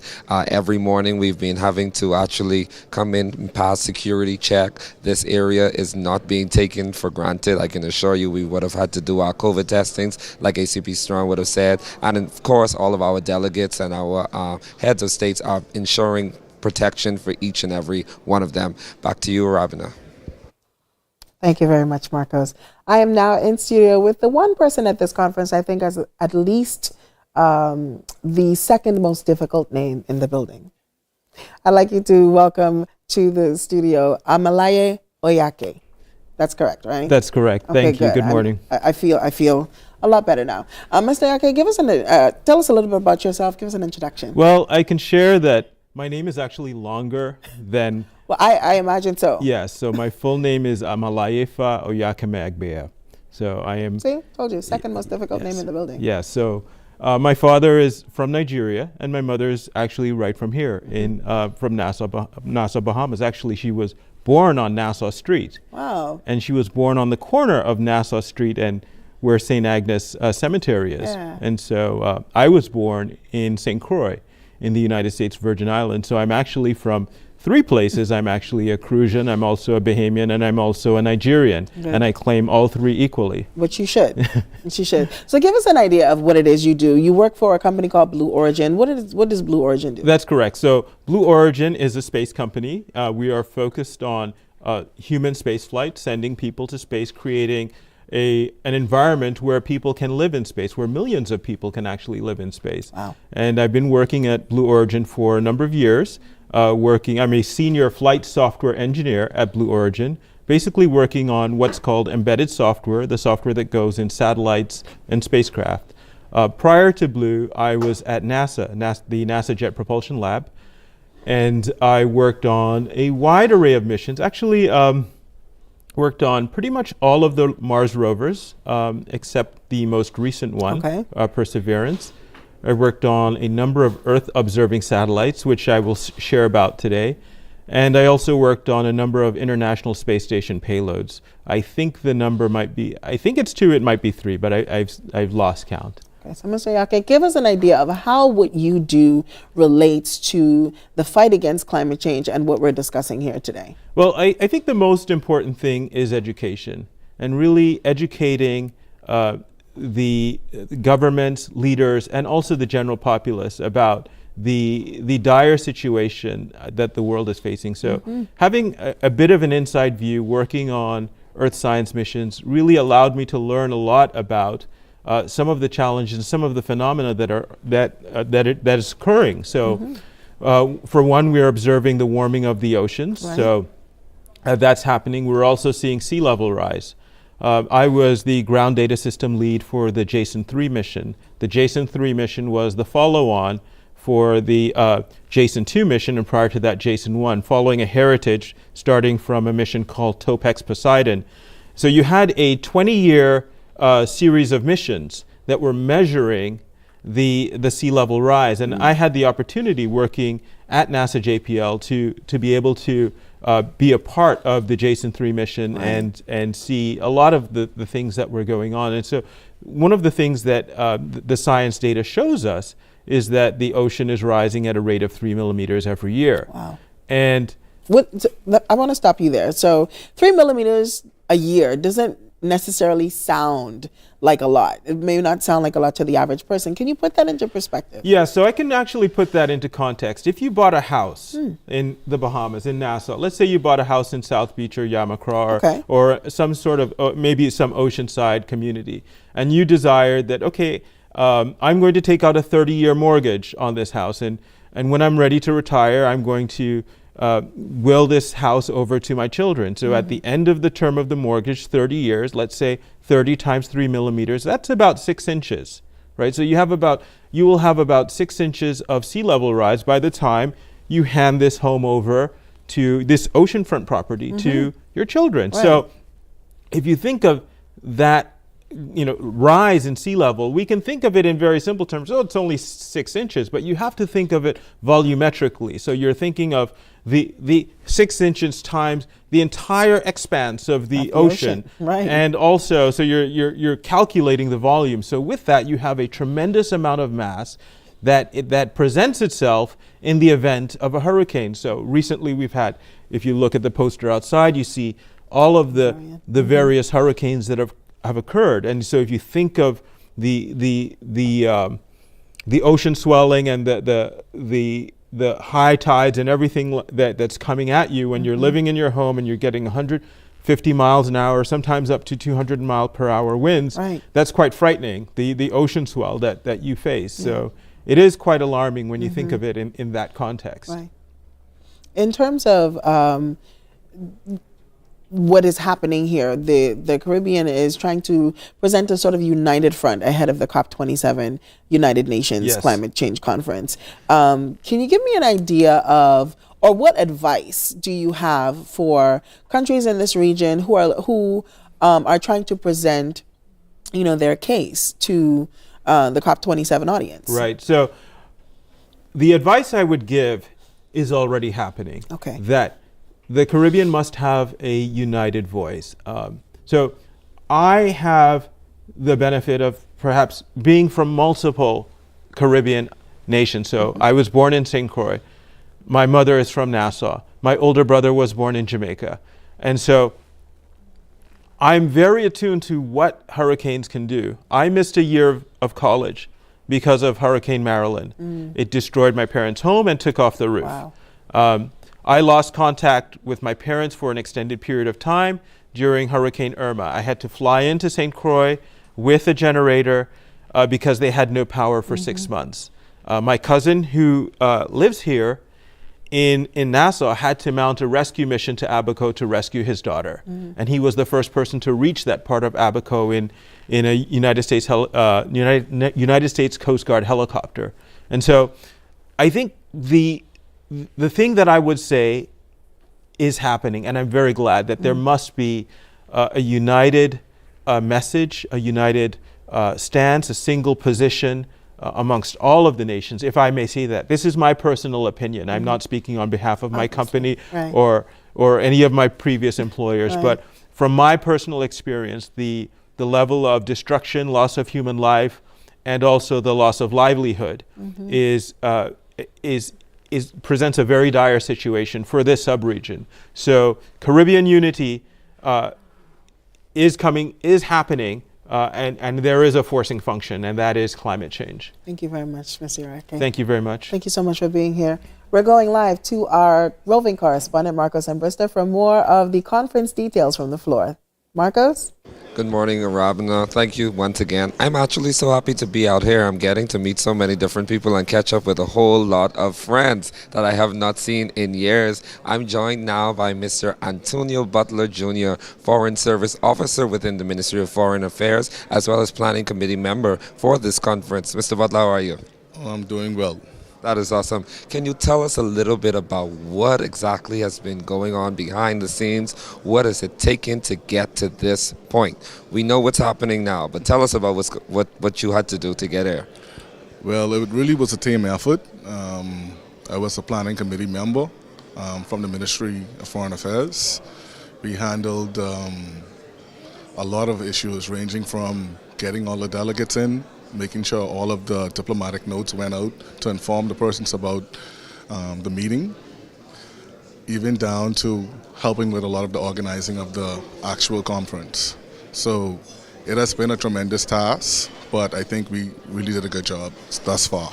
And I would have to agree with you, actually. Can you tell us a little bit about, especially being from the Ministry of Foreign Affairs, what exactly the importance of a meeting of this magnitude, having delegates of this magnitude? Can you tell us about why this is so important, especially as championing it in the Bahamas? Well, this directive is actually from the Prime Minister, and it's from the Office of the Prime Minister's portfolio. The Ministry of Foreign Affairs works directly with OPM, and the Prime Minister, this is one of the causes that he wanted to champion. Obviously, this couldn't be a spin-off because of the effects of hurricanes and the major effect of Hurricane Dorian. But even from COP-26 inside that happened last year, the Prime Minister has been making a lot of steps to bring more awareness to the effects of climate change. Moving into COP-27, which will be inside Egypt inside November, this meeting is actually a catalyst to bring all of the Caribbean states together to act as one voice, so we can go in there with an objective and know what we want to have accomplished. And so this is the main impetus for the meeting. Definitely. So can you tell us a little bit about the Ministry of Foreign Affairs, your involvement? I think a lot of times we see conferences of this magnitude and we don't realize that it takes multiple ministries and agencies to accomplish something like this. Tell us a little bit about what your involvement and the ministry's involvement is like. Well, Foreign Affairs is like the glue. We bring all of the other agencies together. This was a mammoth task by the police. They have done a really good job. Security is tight. With Foreign Affairs, making sure that we have all of the bilateral rooms booked, making sure that we have making sure that everything is organized. You know, that's our main role. Protocols are in place, that the right people get to meet with the right people, and things can happen. And so that's what Foreign Affairs' role is. Even in the planning, we did a lot of stuff with the planning, even down to informing delegates, helping with the memorandum of arrangements, which would have been letting them know what is going to happen, what the schedule will be like inside the Bahamas. It was not an easy task.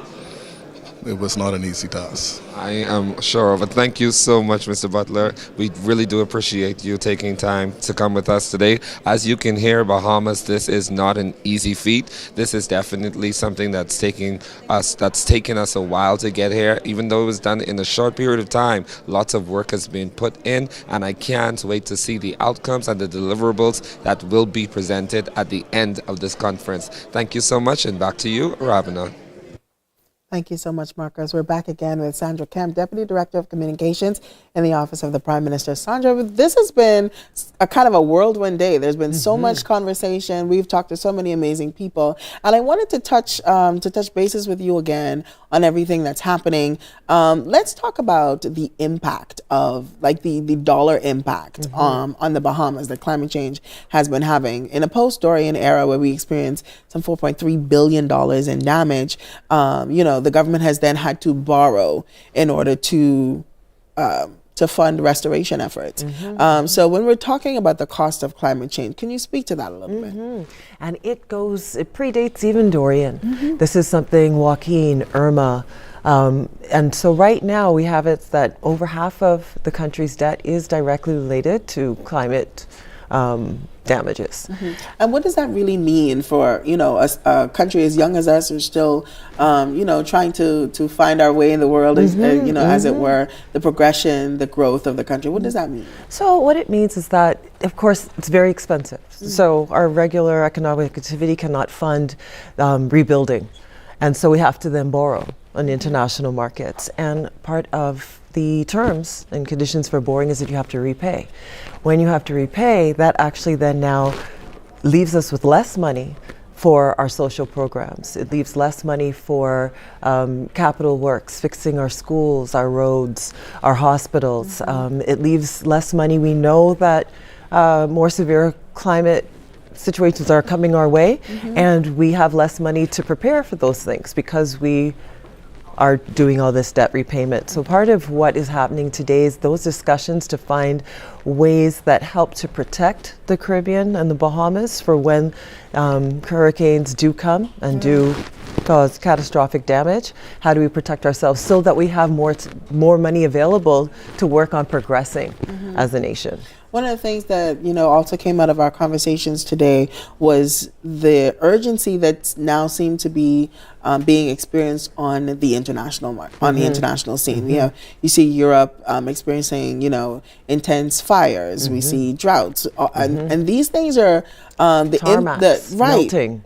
Exactly. So we have all of these things happening now in these larger countries, whereas countries in the Caribbean have been experiencing the impact of climate change and seeing it worsen. And so we've been advocating for these things, but for the most part, seemingly being ignored. Now that this is becoming a more global issue, and we're seeing that play out on the world stage, do you think that is going to have an impact on the way the message from this conference is received at COP-27? Definitely, and a part of the reason why we have been being ignored is because we've been all at it in our own little spheres. So Jamaica's speaking out, but on their own.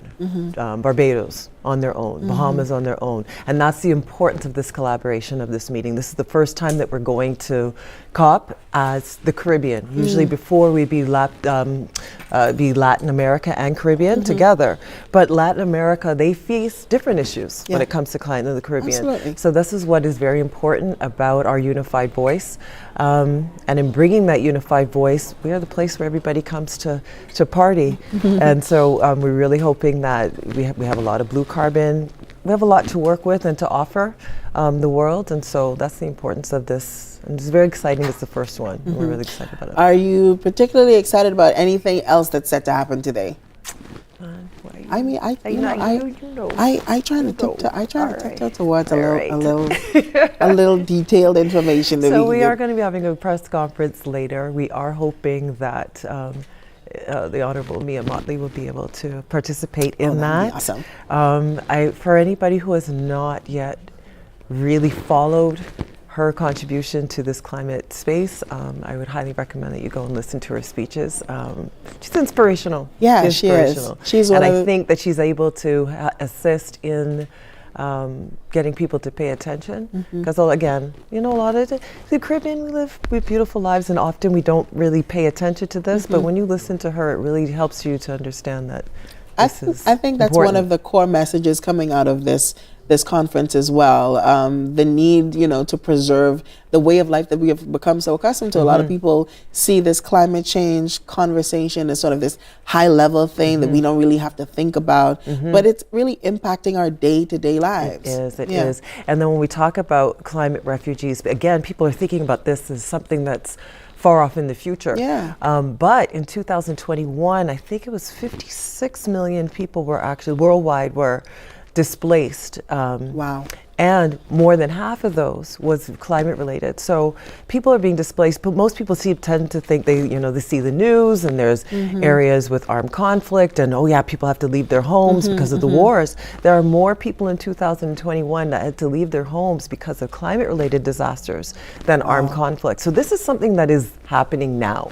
And that is why it matters now. And that's why the administration, we are just focused on making sure that this is addressed now, because it affects us now and it's going to affect our future. That's definitely important to note. We're going to our roving correspondent, Marcos Ambrister. Marcos, who do you have with you? Arabina, I am so excited to have none other than the Minister of Works, none other than Mr. Alfred Sayers. Minister Alfred Sayers, how are you doing today? I'm doing well. It's a pleasure to be here. That is awesome. We see one of the themes that is coming out of this conference is mitigation and restoration. Of course, with responsibility for works. Can you tell me a little bit about what climate change has already, the impacts that climate change has already had on the Bahamas, and what type of policies now we have to come up with in order to be able to ensure that we are able to withstand all of the changes that comes with climate change? Well, in 2019, in 3 days, the Bahamas lost 1/4 of its GDP. In other words, the IDB has documented that on September 1st, 2nd, and 3rd in 2019, between the destruction that took place in Abaco and in Grand Bahama, in East Grand Bahama, valued $3.4 billion. That is the most dramatic. In addition, and what those figures do not tell, is that thousands of Bahamians were made into climate refugees, had lost their home. And let me just tell you something. In the Bahamas, like most of the Caribbean, one's home represents generations of savings. You know, because we start with a wooden house, we stucco it as our circumstances improve, and when it gets better, we build a stone house sometime around the stucco house. So when that is destroyed by a hurricane, it means generation of savings have been wiped out. And oftentimes, people in their senior years have to pick up worn-out tools to rebuild their lives. Therefore, if one were to analyze after the hurricane, even the survivors, you have a very high incidence of death. In addition, those who have survived, the psychic harm, the need for counseling, because as we saw in Abaco and in East Grand Bahama, parents, spouses, clinging on to their loved ones, 20 feet tidal wave, wash away, and you never see them again. How do we get closure? And we've seen the Parliament just 2 months ago having to pass a law changing the presumption of death from 7 years to 2 years so that there could be closure. so that one can access insurance coverage. So the impact of climate change for us is not theoretical. From the infrastructure perspective, we have lost schools, we have lost clinics. So much of the docks, airports, seawalls have been washed away or demolished. So we are engaged in the process of restoration. As we have shared in this forum, other Caribbean countries are similarly situated as us. The United Nations has declared that the Caribbean represent the most vulnerable countries globally as a result of global warming. So we have the same vulnerability.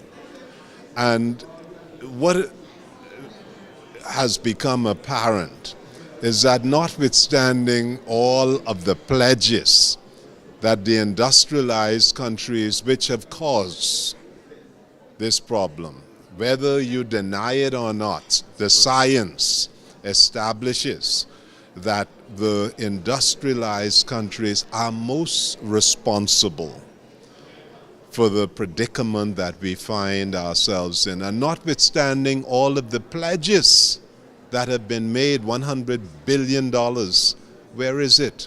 There's no transparency in terms of the pledge, the delivery, and the disbursement, and the challenges as being discussed now, the challenges of countries such as the Bahamas within our region, having to the difficulty of accessing climate financing. And also we see that as we seek to mitigate and also our measures of adaptation, we have to go into more and more debt. Notwithstanding the Hurricane Dorian, we are just, as we all are, coming out of a global pandemic. So we see that the debt burden that our countries face has compounded the problem.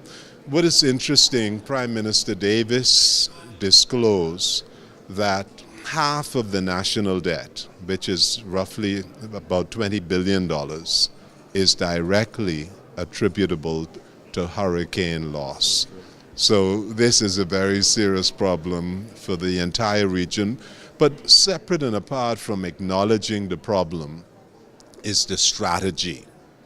How do we engage the global arena so that there could be what we call reparatory justice? If you cause my problem, you have to fix it. The solutions. That is so good. Thank you so much, Minister Sayers. We really, really do appreciate it. And that's a wrap for us now. Back to you, Ravina. Thank you very much, Marcos. Joining me in studio for the end of our broadcast is Mr. Latroy Ramming, who is the Director of Communications in the Office of the Prime Minister. Latroy, welcome. Mike, for having me. No problem. Thank you for being here. So we have heard so much. There's been a very high pressure, high impact, lots of information coming out of this conference today. Coming toward the end of it, how are you feeling? I think we're optimistic that we are striking the right tone ahead of COP-27. I think that there ought to be some consensus on the region and its position around financing. I think that there is still a challenge on the parameters and access to financing. Of course, the government of the Bahamas will push a major initiative around carbon credits to ensure the region itself enjoying the full participation of that. I think that this is by the government, this is a very aggressive push to ensure that the region in itself is well positioned to make a full argument in Egypt in the upcoming year. I think also this is in line with the Bahamas, who will be the chair of CARICOM in January. And so we're optimistic that this is going to be a major push and a major part of our narrative as a government. Okay. In terms of the next steps, the Prime Minister is expected to make his closing address later this evening. What can we expect to hear from him? I think what you'll hear from the Prime Minister is, one, that we are proud that as a region, this is our first historic meeting to have a regional heads meeting on climate change. So it's a big step. Two, he's going to argue for the United UNFCCC to make this event a staple of their calendar year of events ahead of COP27. Three, you'll hear him pressure larger countries to move with intent on access to financing. I think the major argument for most Caribbean countries is that climate change impacts significantly our debt to GDP ratio. Absolutely. Hurricane Dorian, like Minister Seth would have indicated, was $3.4 billion in 3 days. Wow. And so we simply cannot afford to borrow ourselves out of damages and financial impacts of events not caused by our country. And so I think that we need to, with this, the issue of climate change is the issue of justice. We believe that it is the greatest injustice towards small island developing states. I think, but we also hope that we could sensitize Bahamians to the urgency of the problem. And it's difficult because you are sensitizing Bahamians to a challenge when they are confronted with domestic issues that are present, even though climate change are predicted to be, the impact is years away. Okay. I think that is a good place for us to end. Thank you very much, Latre. Ladies and gentlemen, I want to thank you all for being here with us for the past several hours for Climate Conversations. Be sure to stay tuned to the OPM social media pages and to continue to follow us as we continue to provide coverage over the next few hours and speak with some of the movers and shakers. Thank you so much. Stay tuned. We have a short video recap of the day's events. Thank you for watching. Till next time, I'm Arabina Pia. Have a great day.